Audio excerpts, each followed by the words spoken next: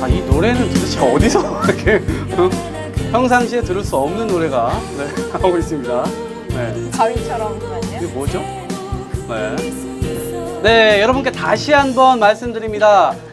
저희 대통령 후보와 관련된 공약 혹은 제안 이런 사안들이 있으면 SNS로 보내주시면 좋겠습니다. 네. 네. 오늘 그 수능 쪽집게 강사처럼 네.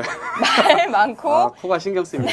네. 이해하기 정말 복잡한 그 공약들을 한 큐에 정리해 주실 네. 김민수님과 김민수님과 장경태 씨 모셨습니다. 네, 박수로 모셨습니다. 맞겠습니다. 안녕하세요. 아, 예. 안녕하세요. 오늘 굉장히 바쁘실 텐데 어찌됐건 와주셔서 정말 감사하고요. 자기소개, 예, 자기소개 먼저 자기소개 부탁드릴게요. 네, 안녕하세요. 저는 2030 네트워크 시민 캠페인의 2030 네트워크에서 시다 역할을 맡고 있습니다. 아, 예, 시다 김민수 씨. 시다. 네. 네, 안녕하세요. 저는 민주캠프 청년위원회 네. 청년 담당하고 있습니다. 네. 장경태입니다. 아, 반갑습니다. 네. 요즘 어떻게 바쁘세요? 네, 두 분께서 맡고 계신 일들은 무엇이고 왜 바쁜지 안 바쁜데요? 네, 간단하게. 아, 그래요? 안 바빠요. 안 바빠요? 네, 장경태 씨는요? 요즘에 찌라시를 좀 만들었는데요. 아. 찌라시 열심히 배포하고 찌라시. 유권자들에게 좋은 정보를 전달하고자 그렇죠. 예, 네. 청년 정책 홍보단 활동했습니다. 아, 네. 오늘 저희가 특별히 대선 공약 네. 관련된 이야기를 좀 들어보려고 하는데 네. 청년 부분에 대해서 일자리 이 부분 오늘 좀 소개해드리려고 좀 나왔는데 뭐가 있어요? 저희 잘 몰라요, 진짜. 네. 쉽게 설명해 주세요. 저 중고등학교 수준의 저를 네. 위해서 쉽게 풀어서. 일자리는 네. 청년들이 이제 높은 등록금으로 이제 치열한 입시 경쟁 뚫고 와서 또 아, 높은 그렇죠. 등록금으로 고생을 하고 음. 최저임금을 받아가면서 스펙을 쌓아왔는데요. 음. 이제 이 스펙을 많이 쌓아도 일자리 취업이 안 되는 그렇죠. 문제가 있죠. 네. 그리고 나서 일자리 취업이 안 되다 보니까 뭐 좋은 주거 환경에 살고 있지도 못하고요. 그래서 가장 문제 핵심은 저희는 이제 일자리 문제다. 일자리 많이 만들어야 된다는 예. 생각하고 있고요. 그런 그 문재인 후보께서 말씀하신 걸로 가장 중요한 건 국가일자리위원회를 만들어서 그 산하에 청년 정책을 담당하는 청년 일자리 특별위원회를 만들겠다라고 선언을 하셨습니다. 그래서 그런 부분들을 이제 좀 더 디테일하게 내용을 담아내는 작업을 저희가 네. 하고 있습니다. 같이 우리 민수 씨와 함께 네. 두 분이서 뭐 서로 뭐 아시는 뭐 그런 건데. 네. 요즘 친해졌어요. 요즘에 고생을 같이 아, 하고 예. 있습니다. 네. 예, 그래서 뭐 다소 정책을 설명하는 게 청년들 입장에서는 쉽지 않을 텐데 오늘 두 분을 저희가 내공이 있는 분들만 네. 섭외를 특별히 했는데 정말 김민수 씨는 어렵습니다. 네. 뭘요? 뭐가 있냐고요? 예. 예. 그냥 뭐 질문 훅훅 들어가니까 네. 편안한 마음으로. 네. 그러니까 네. 그 이제 일자리 같은 경우는 저는 그 제일 대표적인 게 그 청년 고용 할당제라고 있습니다. 오. 네. 제일 대표적으로는 돈이 제일 많이 들거든. 돈이 뭐 우리가 쓰는 건 아니지만 아, 그렇죠. 네. 스케일이 좀 큰 걸로는 그게 있는데 이제 음. 전체 예를 들면 공기업이라든지 대기업에서 네. 100명 정도의 정원이 있으면은 네. 앞으로 매년 3명 정도는 청년들을 새로 뽑아라. 아. 그렇게 해서 이제 기업들에서 돈을 많이 버는데 삼성 요번에 8조 원인가 벌었더라고요. 삼성전자에서 오. 8조 그렇게 버는데 아무도 채용 네. 안 하니까 네. 그런 것들에 있어서 한 3명 정도는 그러니까 100명 중에 3명 정도는 청년들을 좀 강제로라도 아. 해가지고 좀 적극적으로 사용을 해야 되는 거 아니냐. 와. 기업한테 그러니까 그거 뭐 3%인가요? 그게? 네, 3%입니다. 오. 기업이나 네. 공공기관에서 신규 채용을 하고 있는데요. 네. 이제 신규 채용을 하지 않는 300인 이상의 대기업과 공공기관에서 음. 이제 신규적으로 무조건 매년 3% 이상을 의무적으로 고용할 수 있도록 하는 이게 법안입니다. 청년 네. 고용 의무 의무 할당제. 할당제. 어. 되게 좋네요. 그게 구체적으로는 전체 기업에서 일하는 노동자의 숫자의 3%인가요? 아니면 채용할 예정인 아. 계획에 네. 따라서 3%인가요? 전체 노동자 수죠. 채용 계획에선 3%가 청년이면 예, 예. 당연히 3%는 청년이지 않을까요? 100명 중에 3%만 청년 뽑으면 원래 네. 그렇죠. 그 97%가 40대란 말이에요. 아, 그렇죠. 네, 말이 안 되죠. 네. 아, 네. 그렇구나. 청년 고용 의무 할당제 3%. 그래서 일자리를 조금 더 늘려주기 위해서 네, 청년들의 아, 체포를 네. 이거 말고 코밖에 안 보이네요. 저도 계속 신경 써가지고 여기를 못 쳐다보고 있어요. 눈은 멋져 있어요. 네. 죄송합니다. 죄송합니다. 지난주에는 제가 코 뭐 붙이고 했는데 네. 제 근데 센통입니다. 코가 아니 점이 되게 커요. 그래서 엄청 크다. 팔이 네. 붙은 줄 알겠어요. 네. 그러니까 여기 버블티에 있는 안에 있는 그 카카오 펄 같은 아, 그러게요. 네. 버블이 붙어 있어요. 버블. 네. 그래서 청년 고용 네. 의무 할당제 같은 경우는 그거를 시행하게 될 경우에는 음. 그 이제 전체 고용되는 한 게 5년 동안 한 음. 30만 개 정도 나온다고 이제 좀 나왔어요. 그 안 자체가. 아, 그렇군요. 그러니까 저 같은 사람들도 30만 명 중에 한 명 들어가면 신규로 뽑히는 거고 어. 청년 고용 의무 할당제 같은 경우는 그런 의미에서 추진이 되고 있고 음. 저는 개인적으로 좀 중요하게 생각하는 게 최저임금이거든요. 아, 예. 개인적으로? 정말 개인적으로. 네. 네. 그러니까 이제 커피숍 꼭 이제 뭐 알바 인생. 그쵸, 알바를 엄청 많이 해가지고 아, 그렇죠. 예, 아르바이트를 하는 사람도 일단 기본적으로 편의점에서 바코드 찍는데 그걸로 나오면 먹을 게 없거든요. 그러니까, 예. 사실 그런 것들이 되게 현실화되지 않은 부분이 있다고 저는 생각을 해요. 그런 부분에 있어서 최저임금이 적정한 수준으로 맞춰졌을 때 네. 그러니까 아르바이트라는 사람뿐 아니라 어. 사실은 사회 초년생들 사실은 뭐 비정규직 일하는 분들이 월급 100만 원, 120만 원 이렇게 받는데 그렇죠. 사실은 그분들이 야근하고 뭐하고 하면 사실상 최저임금이죠. 어. 근데 이제 최저임금이 지금 4,580원 돼 있는 걸 이거를 적정한 어. 수준으로 올리게 될 경우에는 네. 저 같은 알바생이라든지 어. 아니면은 직장에서 일하는 월급 좀 작은 분들도 월급이 실질적으로 올라가는 그런 아. 효과가 있게 됩니다. 이 임금 상승 효과가 좀 있군요. 지금 말씀하신 대로 적정 임금 혹은 최저 임금 이거는 어떤 건가요? 점이 얼마나 너무 커. 되나요? 그러니까 이제 바라시는 제가 말하는 건 아니고요. 네. 그 이제 기준이 있습니다. 네. 그 OECD에서 잘난 오. OECD에서 어려운 얘기 나왔네요. 여러분 네. 지금 영어 나왔습니다. OECD. 그 네. OECD에서 전체 그러니까 한 국가가 있으면은 네. 그 국가에서 전체 노동자의 평균 임금이 있을 거 아니에요. 그렇죠. 예, 우리나라 같은 경우는 뭐 200만 원, 200 얼마 이렇게 있을 네. 텐데 예. 그 임금에 그래도 최저임금 받는 사람들이 그 평균 임금의 절반은 받아야 되는 거 아니냐? 평균 임금의 절반. 예, 그러니까 노동자 전체 평균 임금. 근로자 그렇죠. 평균 소득의 이제 50%까지 어. 올리자는 게 주요 그렇죠. 핵심이죠. 오, 예. 그렇게 받아야 된다. 저는 네. 그렇게 받고 싶어요. 아, 도대체 네. 그러면 지극히 그 최저임금 문제 고에 앞서 청년 고용 할당제 그래서 막 이게 확대했으면 좋겠다 이렇게 말씀해 주셨는데 도대체 지금의 지표는 어디까지 와 있나요? 청년 고용이 그렇게 좀 부족했나요, 많이? MB 정부에서? 멘붕이죠. 저희는 당연한 질문이지만 저희는 몰라서 하는 질문이에요. 설명을 좀 두분다 해주세요. 멘붕이듯이 네. 순간 마같았습니다. 그러니까 사실 이제 MB 정부에서 네. 이제 일자리 747 공약하면서 많은 300만 개까지 일자리 그렇죠. 창출하겠다고 했죠. 그런데 사실 제대로 일자리 창출이 안 된 부분이 있고 그 부분에 대해서는 항상 핑계를 2009년도 경제 위기를 핑계를 대고 있는데요. 그렇죠. 사실 경제위기 때문에 만약 고용 할당이 되지 않았다면 고용이 되지 않았다면 저희가 그것만 가지고 사실 지금 경제적인 우리의 발전들을 네. 지표로 삼았을 때 사실 좀 부족한 부분이 많이 없지 않나 싶습니다. 어, 사실 예. 민간 부분뿐만 아니라 공공 부분의 일자리들도 많이 창출할 수 있거든요. 그렇죠. 사실 근데 그런 부분들을 하지 않고 뭐 22조 이상의 돈을 네. 토목 사업에만 좀 많이 예. 많이 쓰신 그렇죠. 것 같습니다. 네. 장경태 씨께 한 번 더 질문 드릴게요. 네. 아까 초기에 말씀하실 때 뭐 국가 일자리위원회? 네네. 그건 뭐죠? 이제 대통령 직속으로 국가가 네. 그 청년들의 일자리를 관장하고 관리하고 운영 감독하는 그것만 정도의 많은- 별도로? 그렇죠. 그래서 특별히 대부분 이제 노동부에서 보통 관리를 했었는데 노동부는 네. 이제 전 지역의 어떤 근로자의 어떤 근로계약 관계라든가 그 노동 전반에 대한 사안을 다루고 전 있기 세대를 때문에 아우르면서 예, 아무래도 청년들의 일자리 부분만 집중할 수 있는 그런 국가적인 기구를 만들어야 된다라는 고민이신 것 같고요. 예, 매우 유익하고 중요한 정책일 것 같습니다. 그렇구나. 네. 혹시 또 소개해 주실 정책 있으신가요? 저는 제 소개보다도 네. 그러니까 개인적으로는 그 박건희 후보 공약에 대한 문제식이 조금 있거든요. 오, 네. 요거 네. 지금 어려운 아, 어려운 얘기 지금 들어가려고 합니다. 네. 네. 그러니까 저는 사실은 문재인 후보 저는 개인적으로 시민사회단체 그러니까 청년 노동 네. 문제를 보는 시민사회단체 쪽에서 일을 하다 왔는데 어, 보통 시민사회 쪽이 공약 그러니까 내는 정책들이 네. 좀 셉니다 이게 좀 센데 그렇죠. 네. 제가 좀 당황한 거는 문재인 후보 캠프에 딱 왔을 때 그것들이 거의 복사 붙여넣기 해서 딱 있는 거예요. 그러니까 시민사회 쪽에서 요구하는 수준의 예. 뭐 청년 고용 할당제라든지 최저임금 문제라든지 이런 것들에 있어서만큼은 저는 문재인 후보님의 어떤 청년 관련 일자리 공약만큼은 뭐라고 해야 되지 흠잡을 곳이 없을 정도로 예. 상당히 수준이 높다. 네. 저는 이렇게 평가를 하고 싶은데 개인적으로 박근혜 후보님 같은 경우는 공약 자체가 제가 딱 읽자마자 딱 든 생각 네. 아무것도 안 하겠다는 거네. 아. 그런 생각이 조금 들었어요. 네. 내가 어. 아무것도 안 하겠다는 거구나. 대표적으로 있는 게 그 K-무브라고 해서 자랑하고 다니시는데 K-move? 네, K-move. move. K-muve라고 해서 이제 청년들이 네. 이 한국에서 취업이 안 되니까 외국으로 보내버리겠다. 아. 보내서 뭐 이제 경제 영토를 넓히겠다 이런 공약을 발표를 하시는데 네.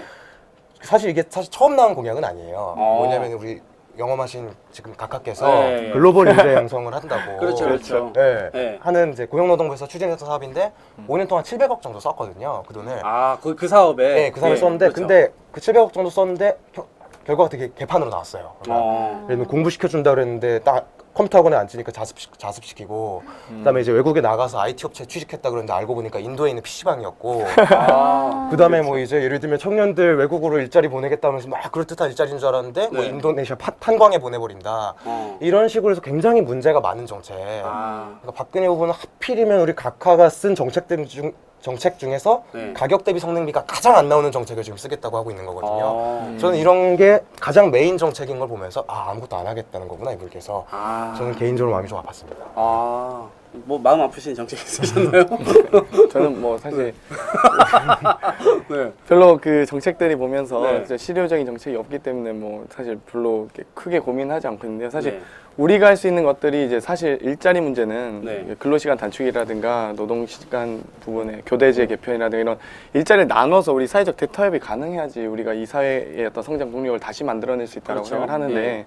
현재 가지고 있는 실물 경제는 사실 뭐 급격히 늘어날 수가 없기 때문이죠. 그래서 우리가 이제 이런 부분들을 같이 좀 논의하는 게 가장 중요한 것 같고요. 그래서 방금 말씀드렸듯이 뭐 세대별로 일자리를 나눠서 네. 정말 우리가 함께 고통을 분담하고 또 청년 세대들에게 일자리를 제공하는 네. 그런 정도의 우리가 노력을 하면 더 좋지 않을까라는 근데 생각이 문재인 후보께서 하신 공약이 그럼 뭡니까? 그 일자리를 나누기 위해서 하는 게. 근로시간 단축하고요. 네. 그다음에 2교대를 3교대로 개편해서 좀 일자리 나누자 함께 네.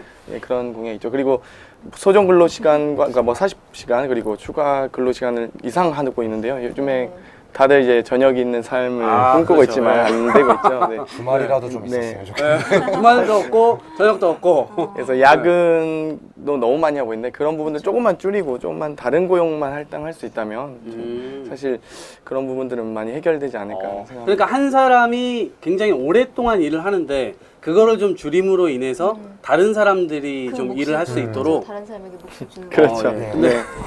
네.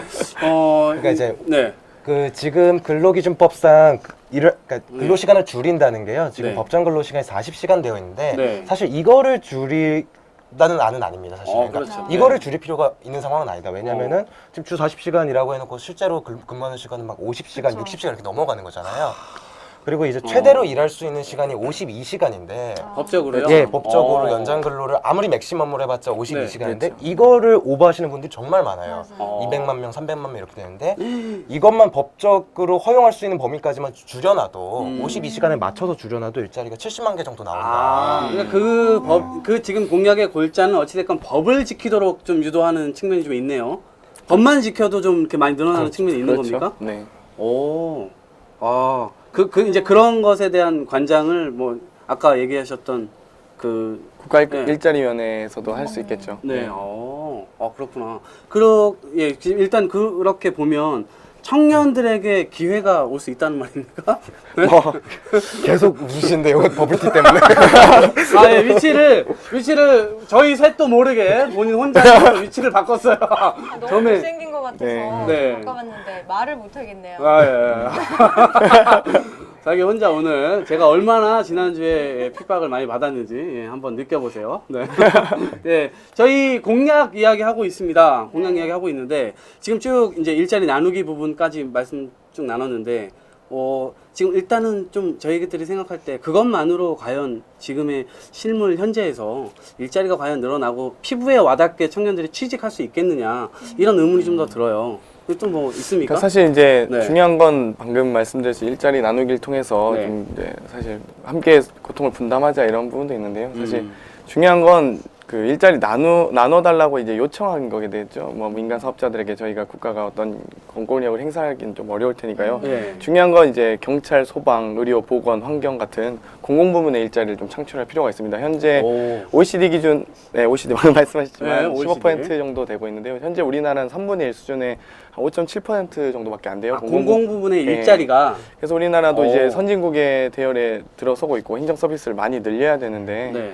현재 5.7%를 최소한 절반 정도 수준으로 많이 늘리자는 것도 아니에요. 한 8% 정도로만 올리면 저희가 40만 개 일자리 창출할 수 있다라고 판단하고 있습니다. 공공 서비스 분야에서 일단은 더 일자리를 창출을 해서 일자리 창출에 유도 효과를 좀 가져보자. 그렇죠. 네. 그런 거군요. 근데 지금 보면은 어찌됐건 약간 사람들이 생각할 때 이것도 세금으로 일자리 만드는 거 아니야? 이런 그쵸. 비판은 또 있을 것 같아요. 당연히 그렇게 되면 우리는 세금 내는 걸 더 올리고 네. 더 많이 낼 네. 수밖에 없는 거다. 이런 식으로 많이 생각할 것 같아요. 어떠세요? 그러니까 저는 이제 네. 개인적으로는 그 문재인 후보님의 공약에서 구체적으로 증세에 대한 언급이 있긴 있어요. 그것이 어떤 거냐면은 네. 소위 말해서 굉장히 매출액이 높은 기업에 대해서 법인세를 그러니까 막 미친 듯이 늘리겠다는 게 아니라 네. 옛날에 참여정부 시절, 그러니까 노무현 정부 시절에 올렸던 원래 있던 기준에서 그렇죠. 지금 네. 이게 깎인 건데 어. 이 깎인 금액에 대해서 예를 들면 증세를 하겠다. 그러니까 제가 드리고 싶은 말씀은 그러니까 세금 올라가니까 나빠요 이런 말씀 드리는 게 아니라 그 예. 세금을 저희 같은 거지들한테 걷는 건 아니다. 본인. 저 같은 거지들한테 걷는 게 아니라 네네네. 여기서 말하는 게 뭐 그러면 부자들은 다 털어도 되냐 그런 말씀 드리고 싶은 건 아니에요. 어. 그러니까 이게 사실은 어쨌든지간 한 국가가 성장하고 일자리를 만드는 과정에서 예. 어쨌든 그렇게 저희들이 사실 알바하면서 저 커피 뽑으면서 그렇게 해서 돈 버는 회장들이 있을 거 아니에요. 그렇죠. 그분들이 사실은 어떤 저희 같은 인민들 거지들의 어떤 희생을 바탕으로 성장을 한 가운데서 거지들? 저만 거지입니다. 저만 거지인데 전 진짜 돈이 없어가지고 네. 이런 사람들의 희생을 바탕으로 해가지고 성장했고 그만큼 매출액이 나온 기업들에 대해서는 예. 이렇게 사실 국가적인 위기 굉장히 저는 힘들다고 보거든요. 지금 굉장히 힘들죠. 네, 예. 진짜 힘든데 네. 그런 상황에 대해서 일정 부분 책임을 다하는 음. 국제 기준에서 맞춰봤을 때 너무 안 나고 사실은 매출 2억 원을 버는 기업이랑 기업보다도 오히려 지금 매출 5천억을 버는 기업이 실제로 부담하는 세금의 그 비율은 더 낮아요. 그렇죠. 네. 그 사실은 저는 상식적으로 이해가 안 되는 상황이에요. 예. 이런 부분에 대해서 사실은 저희 같은 청년들의 어떤 낼 돈 없잖아요, 솔직히. 아, 말해서. 그렇죠. 저는 없거든요. 소득세도 안 낼게 없고. 네. 이런 4대 사람- 보험도 가입 네. 안 되는 피고용자들이 네. 네, 그런 것들만 사실은 일정 부분 합리적인 수준에 사실 국민들이 증세를 하면 무조건 나쁜 것이 아니라 국민들이 납득할 수 있는 부분에서 증세, 그다음에 불필요하게 낭비되는 부분에서의 지출을 줄인다든지 이런 것들이 병행된다면은 충분히 사실 설득력 있는 재정 방안이 나오지 않을까. 저희 같은 사실 일반 예. 서민들의 부담을 늘리지 않는 선에서도 저는 그렇게 생각을 하고 있습니다. 근데 뭐 전공이 뭐세요? 뭐 정책 저도 하셨어요? 아니요, 아 그런 거 아니에요? 그냥 살면서 나오시는 거예요? 네, 지금 제가 힘드니까 제가 때가 묻어있는 예. 정책에 대해서 굉장히 잘 되게 아시는데. 어려워 보이시는데 이렇게 자기 그렇죠. 생각을 탁탁 피력을 한다는 게 참 교양이 없어서 그래요. 교양 없는 두 분을 모시고 지금 고품격 청년 리얼토쇼 진행하고 있습니다. 한 가지 또 질문이 있어요. 궁금한 게 있는데 지금 우리나라에서 어찌됐건 취직을 하려면 기본적으로 뭐 스펙 뭐 이런 얘기 많이 보잖아요. 저희 그 대학을 가려고 하는 이유도 그 부분이 한 측면에 있는 것 같고 또 대학에 가서도 대학의 어떤 이 네임 이거 이상으로 스펙을 더 쌓아야 되는 그런 부분들도 굉장히 많아요. 학벌 뭐 이걸로 뽑는 경우도 많고 실제로 그래서 취업 준비생들이 아, 난 학벌 때문에 피해를 많이 보는 것 같다. 뭐 이게 거의 1위로 뽑힐 만큼 굉장히 중요한 문제인데 이거는 어떻게 뭐 해소할 방안이 있나요? 그래서 이제 블라인드 채용 제도라고 해서 저희가 또 저희가 준비를 했습니다. 짜지 않았습니다. 아 이거 바로 나오면 네, 이상하잖아요. 기다렸다는 듯이 네. 네. 저희 학벌이나 출신, 성별에 관계없이 저희가 이제 블라인드라는 게 가려져 있는 상태로 저희가 네. 실제 능력만 보고 뽑겠다는 제도고요. 어. 이 채용 제도는 앞으로 뭐 찬반이 어느 정도 있는 것 같아요. 보면 네. 자기가 그만큼 스펙을 쌓았는데 나도 이 스펙에 대한 보장을 좀 받고 싶다라고 생각하시는 분들이 좀 이 계신 것 스펙을 같아요. 써먹고 싶다. 네, 그렇죠. 어. 피 땀 흘려서 스펙 아, 해놨는데. 사람들은 네. 반대할 수도 있을 것 같아요. 다만 이제 그 스펙이 한 줄이 아니라 저희가 말하는 블라인드 채용 제도라는 건 스펙이 말하는 한 줄이 아니라 그 속에서 묻어난 능력들을 얘기하는 거거든요. 스펙을 쌓으신 분이라면 자기 능력에 대한 자신감도 당연히 있겠죠. 네. 이거에 대해서 뭐 더 알고 계신가요? 그러니까 블라인드라고 하는 게 어쨌든 뭐 가리다 뭐 이런 건데 보이지 가려서? 않는다 이런 건데. 네. 그러니까 저는 네. 이제 문재인 후보님이 항상 예를 드시는 게 KBS의 사례를 드세요. 아 사례가 있군요. 예, 사례가 있거든요. 예, 그게 어떤 어떤 거냐면 겁니까? 이제 정현주 사장님이 이제 사장으로 재임하시는 기간 동안에 네. 어떤 그 신입 PD나 기자들을 이제 블라인드 채용으로 그러니까 예. 어떤 학교인지 가리고 네. 예, 그러니까 이제 딱 기자 생활을 하기 위해서 필요한 스펙만을 요구를 했거든요. 면접을 충실하게 보고. 그러니까 불필요한 것들 빼버리고 그렇죠. 필요한 것만 필요한 인재들을 네. 뽑겠다 이런 면접을 좀 더 충실하게 보고 예, 그 사람의 예. 직무 능력을 보는데 조금 더 집중을 했어요. 오. 결과적으로 사실은 그전에는 10명을 뽑으면 막 8명, 9명이 스카이 출신이었는데 아 그렇죠. 거기서 필터링이 되잖아요, 서류 자체가. 그렇죠. 근데 이제 그거를 하고 나서는 10명 중에 스카이가 2명? 3명? 그러니까 사실은 진짜로 그 안에서 필요한 인재들이 그 학벌이나 어떤 스펙으로 인해서 날아가는 것이 아니라 어. 그 과정에서 충실하게 반영이 됐다. 사실 이런 좋은 사례들을 봤을 때 사실 어떻게 토익 몇 점 나왔고 이게 뭐 네. 물론 좋지만 중요하지만 본질은 아니잖아요. 그런 점에서 이런 것들이 좀 개선되는 방향으로서 저는 적절하다고 생각합니다. 오, 이게 그러니까 외형적으로 보이는 어떤 이 스펙보다도 그 스펙에 내부적으로 얼마나 충실했는가를 더 살펴보는 채용 제도군요. 이게 적용되는 과정에서는 뭐 문제점이 없을까요? 네. 네. 근데 진짜 문제점. 이런 게 도입이 된다고 하면 네. 굳이 명문대를 가려고 막 자살까지 하고 수능 성적에 비관하고 그런 것도 많이 생각할 것 같아요. 그쵸? 아, 예, 지금 예, 제가 뭐 웃은 이유는 그냥 코 옆에 뭐가 자꾸 붙어 있어가지고. 네. 내가 아, 좋은 말씀 해주셨는데 진짜 그런 의미가 있을 것 같네요. 그쵸. 네. 네, 어떻습니까? 입시 경쟁에서 조금 더 자유로워질 수 있다는 건 좋은 것 그 같고요. 아이들이 우리보다 네. 진짜 제 때보다 더 스트레스 많이 받는 것 같아요. 제 그렇죠. 실적도 종기가 났어요. 아, 중삼인데 네. 공부를 하다가 네, 여성분이 종기가 이만한 거 예, 났다고 저번에 이만한 건 좀 오바다. 네. 네, 아무튼 네. 네, 참 좋은 거네요. 네. 그렇죠. 근데 네. 이것이 어쨌든 대통령 후보가 어떻게 하겠다는 겁니까? 기업에다가 뭐 이렇게 해라 뭐 이런 겁니까? 그러니까 이력서 양식을 만들거나 표준 이력 제도 같은 걸 도입할 수 있겠죠. 가능하고요. 아, 그러니까, 법으로? 예, 그렇죠. 이력서를 한 양식을 만들면 네. 되고요. 국가 양식으로 뭐 지정해서라도 시행은 가능한 것 같습니다. 아 그렇게 하면 굉장히 쉬운 문제네요. 이거 뭐 어려운 문제가 아니네요. 네. 네. 그렇구나.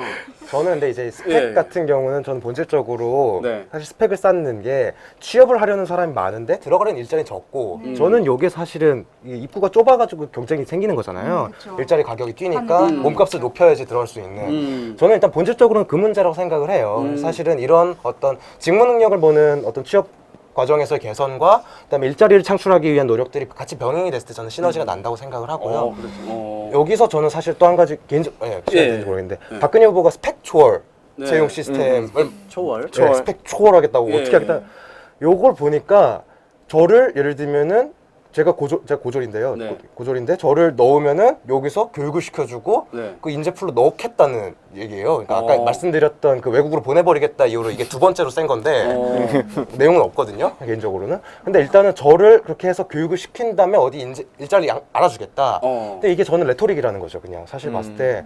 또 두 분 다 스펙 경쟁을 완화시키겠다고 했을 때 한 분은 블라인드 채용을 나왔고 한 분은 스펙 초월 센터를 만들겠다. 근데 그 센터를 만들어서 교육시키고 취업을 시키겠다는데 근데 이것도 지금까지 고용노동부에서 계속 해왔던 취업센터에서 교육시켜서 보내고 사실은 원래 있었던 취업지원센터가 있죠. 네. 그 부분에서 사실은 그 정도 수준을 하겠다는 걸 가지고 이거가 있으면 청년들의 어떤 삶이 획기적으로 개선될 거다라고 말하는 게 어떤 대선 후보의 공약으로 나오기에는 조금 저는 너무 소박한 거 아닌가. 요만큼의 내용 가지고 와가지고 스펙을 초월시켜줄게 이렇게 하는 거거든요. 저는 여기에 대해서도 사실 좀 고민이 있습니다. 네. 고민이 굉장히 많으시네요. 지금 말씀하시는 중에 좀 깜짝 놀랐어요. 고졸, 그러니까 저도 좀 선입견이 작용한 걸 수도 있는데 굉장히 똑똑하시네요. 네. 교과서 위주로. 혹시 뭐 혹시 뭐 유명한 외국의 어떤 고등학교 나오신 거 아니에요? 네? 자, 안산에 있는 그 산동네 와동이라는 동네. 안산. 네. 그렇구나. 야, 이거 지금 박식하게 얘기를 많이 잘 해주시고 계신데, 그쵸. 네, 그 장경태 씨에게 네. 좀 여쭤볼게요. 그럼 지금 방금 말씀하신 스펙 초월 어찌 됐건 간에 뭐 이렇게 청년들을 지금 교육시키고 혹은 이 취업을 준비하는 과정에서 힘든 측면들이 굉장히 많잖아요. 네. 그렇죠. 그런 것들은 뭐 이렇게 틈새 전략 이런 건 없나요? 사실 그래서 이제 취업 구직자들에게 네. 이제 좀 지원을 해보자라는 고민이 있고요. 그러니까 사실 취업을 준비하는데도 사실 많은 비용이 소모되고 있죠. 하다못해 네. 책을 사서라도 공부를 해야 되니까요. 그래서 어. 그 뭐 취업 지원 준비금 제도를 만들어서 최저임금의 50% 정도를 지원하자라는 공약이 사실 있습니다. 네. 저희는 짜지 않았는데 뭐 찔르면 나와 그냥 찔르면 나와.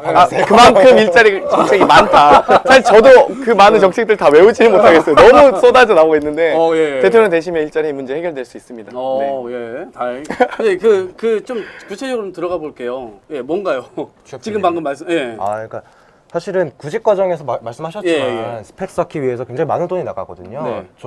저도 개인적으로 조사한 본 자료가 있는데 한 사람이 취업을 하기 위해서 그 이력서를 채우는 비용이 네. 대학 등록금, 토익, 뭐시기 해서 네. 자격증. 이것들이 한 4,300만 원 정도 된다. 오. 그럼 이 돈이 어디서 나오느냐? 부모님의 등골을 빼먹거나 아니면 이제 아. 대출을 받거나 심지어 진짜로 빚을 지게 되는군요. 예, 취업 준비를 하기 위해서 대출까지 받아야 되는 이런 상황. 오. 그러니까 사실 너무 급하니까 내가 충분하게 공부하거나 준비하지 못한 채 그냥 묻지마 취업으로 그냥 아무 데나 또 들어가 버리고 아.